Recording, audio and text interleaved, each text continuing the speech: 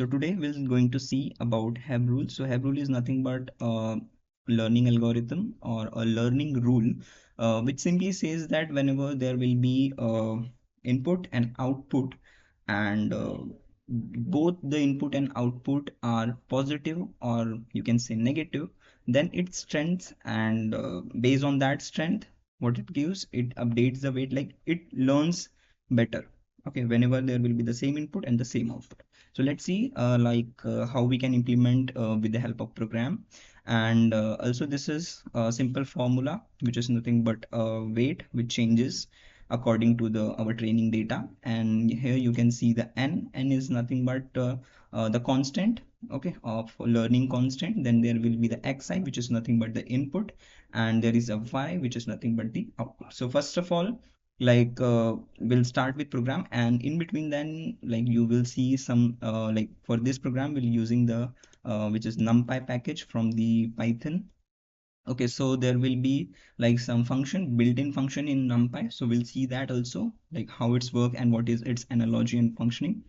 So let's begin. So first of all, whenever we are beginning with that, we need, like as you can see here, we need xi and y, which means nothing but your input and your output. So basically, first of all, we're defining the nothing but our input and the output. Okay, so first of all, let's say we have to create a array.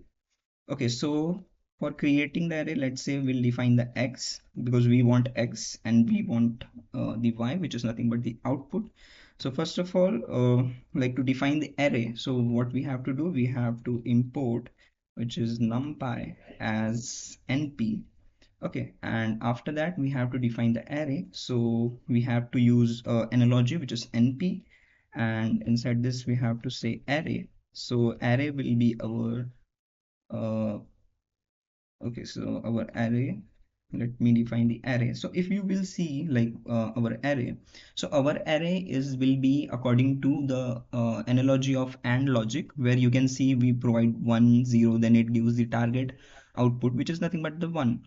Okay, then we'll give 1 and 0, then it gives the, because AND analogy follows, if 1 is like positive, 1 is negative, then it becomes the negative, so it becomes the -1. So same way we'll use to, like we're going to define it.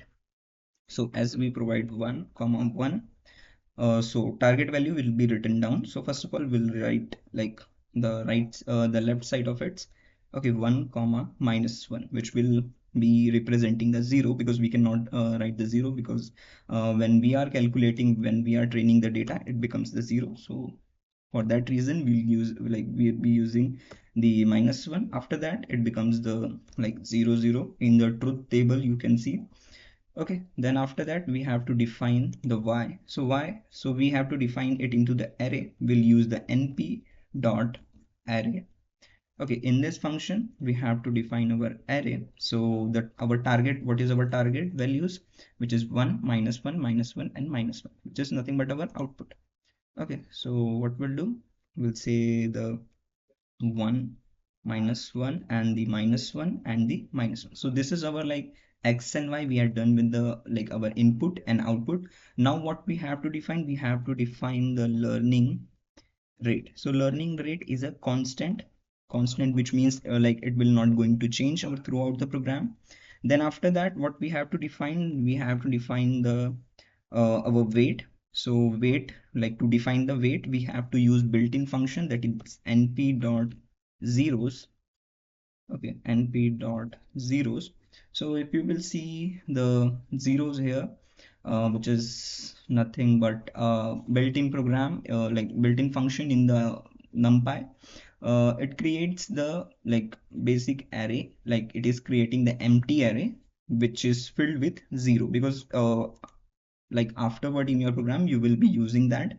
Okay, to create the like array, you should, like you have to define that you can say like its size, which is in which dimension you want the array. Okay, so for that reason you have to provide some values. So what we're going to do, we're going to create dynamically our weights. Okay, let's suppose in input we change something, so we can do that stuff here. So what we'll say, we'll say np, like not np, we'll say x, which is our like a variable. Based on that, we'll say the shape. Okay, so we'll see the shape. Shape is nothing but defining your like it will give the count of your rows and columns. Okay, based on that. So what we want the nothing but you can say the column. So what we'll do, you can see this function np.shape. Okay, np.shape, it will give you the rows and columns. If you want like if you want the count of row, then you can do the np.shape and in square bracket 0. And if you want the column count, then you have to give the 1. So in our case, we want the column count, so we had done with 1. So as you can see, we had gone through the steps. So first we define the input logic, like input and output. Then we had defined the learning constant, which is 1.0. Then the weight. Okay, now we have to iterate through, like we have to make our model to learn. So what we have to do, okay, so the learning rate is 1.0. So it is constant, no worry.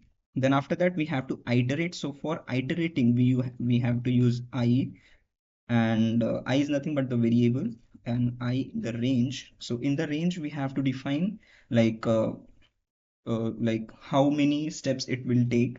Okay, so in Python we used to use the range function. So if we provide the 5, it will start from 0, 1, 2, 3, and 4.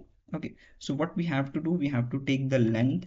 Okay, so whatever will be the length, which is the length is a built-in function in Python, and we'll define the x.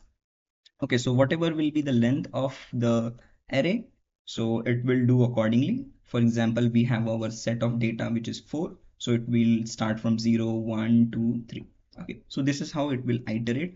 So what we are going to do, we are defining another variable that will hold the value of if we want to train the data, so we have to provide the values into step-by-step manner. Like for example, first this, then after this, then after this. So what we have to do, we have to assign a one variable which will hold the value which is of x, our main array. Then it will take the element first. Then after that we have to define another variable which is y, and here we'll pass the another element of our y. Okay, so that it will take the step by step. Then what we'll say that weight, because if you see the formula, which is nothing but here you can see yes, this is the formula. Like weight is nothing but the weight will add on into the learning constant, multiplies the our input, and multiplies our output. So what we are going to do, weight is nothing but the weight plus our learning rate. Okay, learning rate into our input. Input is nothing but x, and output is nothing but the y. So what we'll get our data, like our learning values. So what we'll do, we'll create a frame by defining this f, and we'll say that after the sample, and in this curly braces we define I plus 1. Why we are doing I plus 1? Because the I initially is 0, so we want to let you know about that it is a step 1, step 2, step 3. We cannot let you know that it is a 0. So that's for that reason we are using the I plus 1. And if we calculate the weight, so what we'll say, it is nothing but the weight. Okay, so it is nothing but the weight.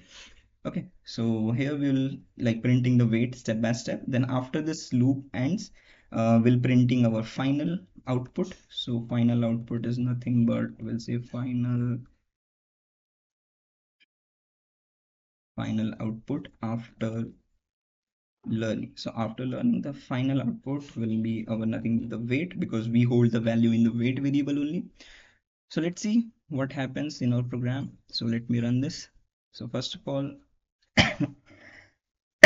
to learning this, we have to save our program, which is in we say pwise, and it is 3. Okay, so we'll save with this, and let me run this. Okay, so you can see what is one. When our sample is 1, then weight is 1 0, 1 1. When our sample weight is 2, the weight is 0 2. Okay, then after this, and you can see at the end we got the final output, which is our last variable, because weight holds the last one. Okay, so initially we have to print our weight. So what we'll do, we will just write the weight. Okay, so our initial Okay, wait is nothing. Okay, we have to insert this into the inverted commas. Okay, then we have to use comma and like to concatenate, like basically to concatenate with this. So we'll do this, we'll save and we'll execute this. So initial weight is 0, 0 as we had created the empty array.